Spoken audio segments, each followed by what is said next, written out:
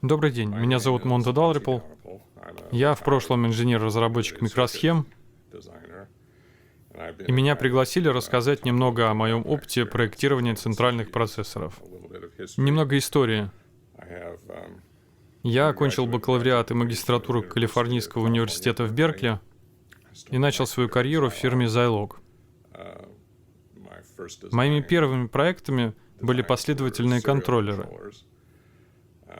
И я работал над вторым поколением последовательных контроллеров, когда меня попросили помочь с проектом Z280, который был улучшенной 16-битной версией микропроцессора Z80.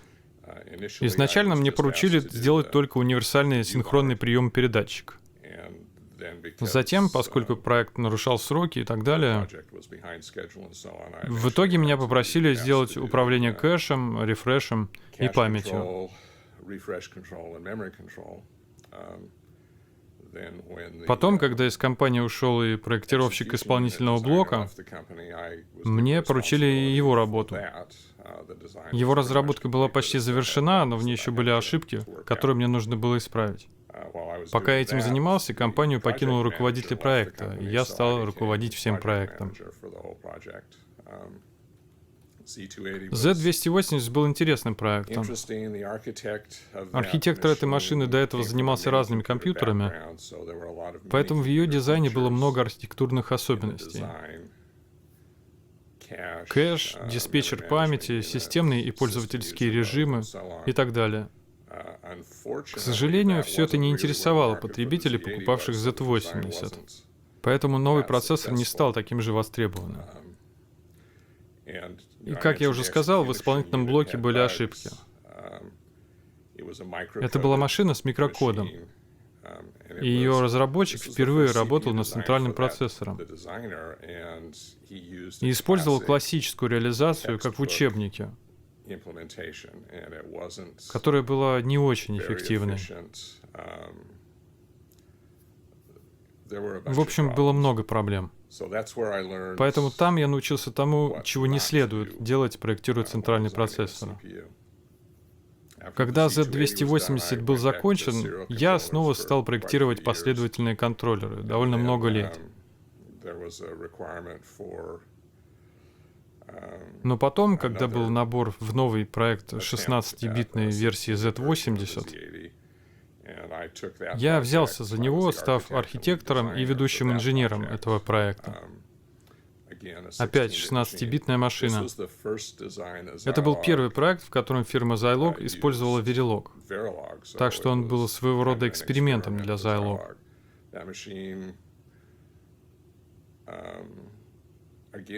И опять эта машина получилась не очень удачной.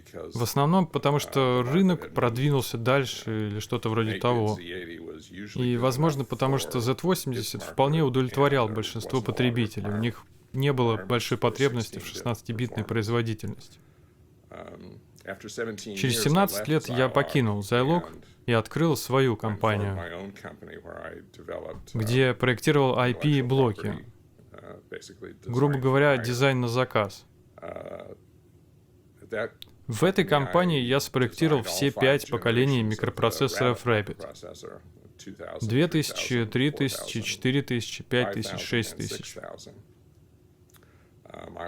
Первые 3 поколения я спроектировал в одиночку, а в последних 2 мне помогали еще пара человек.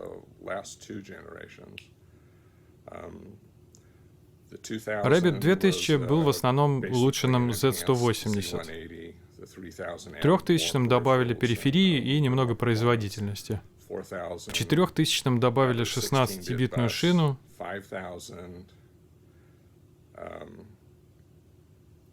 В 5000 добавили еще периферии, Wi-Fi и тому подобное.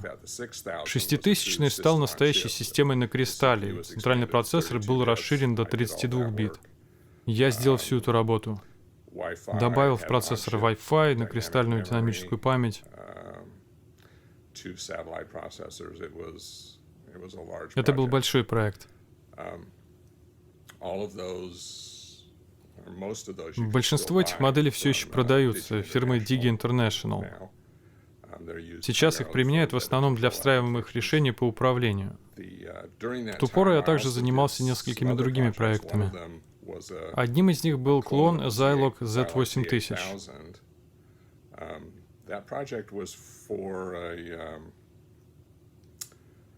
Заказчиком была аэрокосмическая компания, и процессор должен был выдерживать условия полета, поскольку ошибка в управляющем компьютере могла бы стоить кому-то жизни. Они хотели заменить им существующий дизайн Z8000, им нужен был полностью совместимый с ним аналог, который можно было бы прошить в плис. Отталкиваясь от спецификации Zilog, я спроектировал процессор настолько близко к спецификации, насколько смог. Было только несколько неизбежных отличий в таймингах, как я думаю, из-за ошибок в спецификации Zilog на тайминге.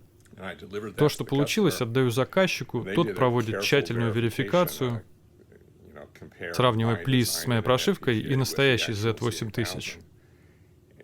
Потом заказчик вызывает меня и говорит: «Ты знаешь, твой дизайн не соответствует». Дело в том, что Z8000 в некоторых граничных случаях операции деления, деление целых чисел со знаком, не совсем простая операция, потому что диапазоны несимметричны, то есть, например, от минус 128 до плюс 127 для 8-битной переменной. Я тщательно проверил все это и реализовал. Спецификация Zilog описывает каждый граничный случай.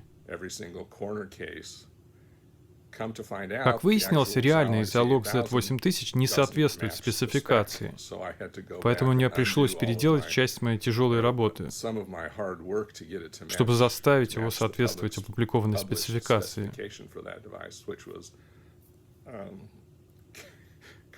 Что довольно любопытно, как вы понимаете, то, что устройство и спецификации на него были на рынке уже, наверное, 15 лет к тому моменту. А Zilog, похоже, не были в курсе, что устройства, которые они продавали, не соответствуют спецификации, которую они опубликовали. Другим проектом, который я делал, был клон микропроцессора Z180. Он был интересен тем, что предназначался для применения в космосе. Это была прошивка для плис, управляющая каким-то научным инструментом. Этот инструмент реально есть на космическом корабле Junior, находящемся сейчас на орбите Юпитера. Там интересно было то, что радиационные условия настолько плохие, что они использовали специальные плис фирмы Actel, потом Microsemi. Сейчас, наверное, эту фирму купил кто-то еще. Компилятор логики, которому подавался Verilog, автоматически делал тройное модульное резервирование всех триггеров. То есть каждый триггер автоматически заменялся 3 триггерами с мажоритарной схемой на выходе. Заказчику и это казалось не вполне достаточным. Они хотели немного большей защищенности, поэтому я тщательно поработал над присваиванием состояний и машинами состояния, используя коды Грея и тому подобное, для облегчения обнаружения ситуации некорректных переходов в машине состояний. В общем, это был еще один интересный мой проект. В это же время я написал свою первую книгу и использовал в ней упрощенный Z80 в качестве примера в этой книге и назвал его Y80.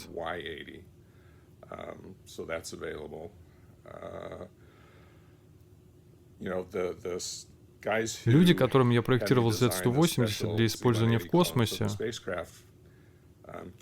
дали мне рабочие документы о том, как в космических аппаратах работают шины и тому подобные вещи. И о том, как они используют диспетчер памяти Z180. Я просмотрел это все, и у меня возникло общее впечатление, что память и ее диспетчер используются крайне неэффективно. Отнимая много тактов, много инструкций на управление картой распределения памяти.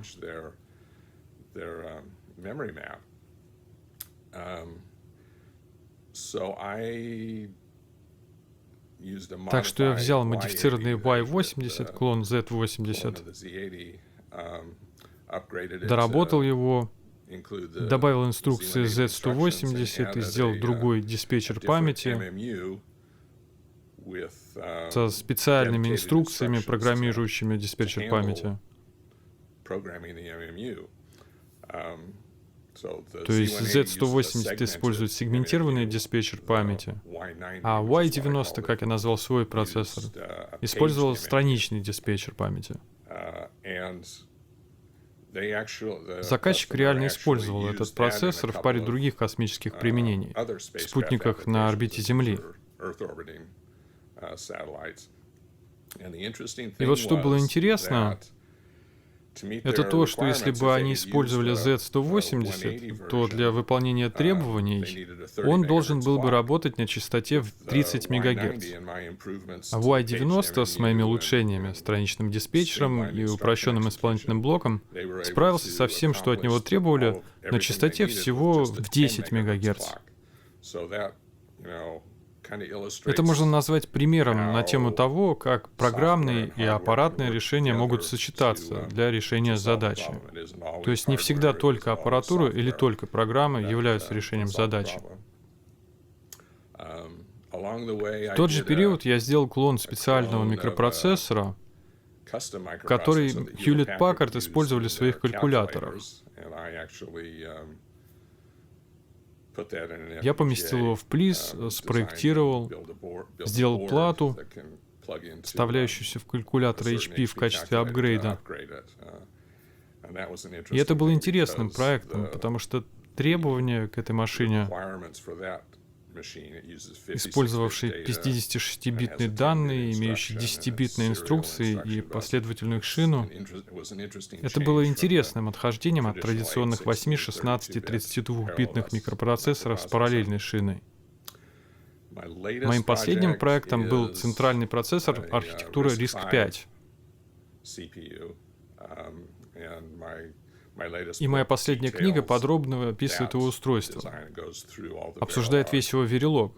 Это открытый исходный код, и он показывает, как схема была реализована. В этом процессоре реализован базовый набор инструкций RISC-V, а также расширение атомарных операций с памятью, расширение компрессии инструкций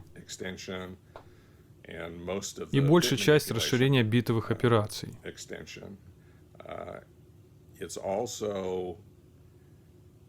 Кроме того, он как бы уникален в том плане, что позволяет выбирать 16 или 32-битную шину, что делает этот дизайн подходящим для всяких встраиваемых применений. Этот процессор легко помещается в плиз, и книга на самом деле описывает его реализацию в 3 разных плиз. Вот такой у меня опыт разработки центральных процессоров. То есть я не столь многому научился в вузе. Большую часть знаний я получил в процессе работы. Проектировать центральные процессоры на самом деле не так сложно. Например, по сравнению с последовательным контроллером, центральный процессор был довольно простым, потому что у него, он фактически является большой машиной состояния. Так что, ребят, не думайте про разработку центрального процессора. Ой, это черная магия или что-нибудь вроде того. На самом деле это довольно просто. Единственная проблема, вам надо уметь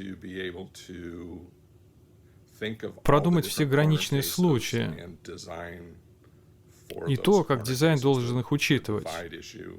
Та проблема с делением, которую я упомянул, как раз такой случай.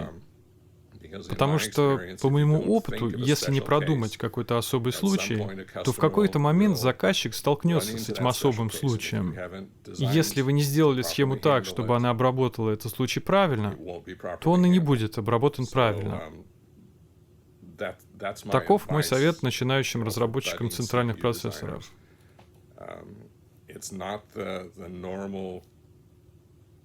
Это не является каким-то обычным ремеслом. Легко спроектировать базовую версию процессора, но требуется тщательно продумать все особые граничные случаи.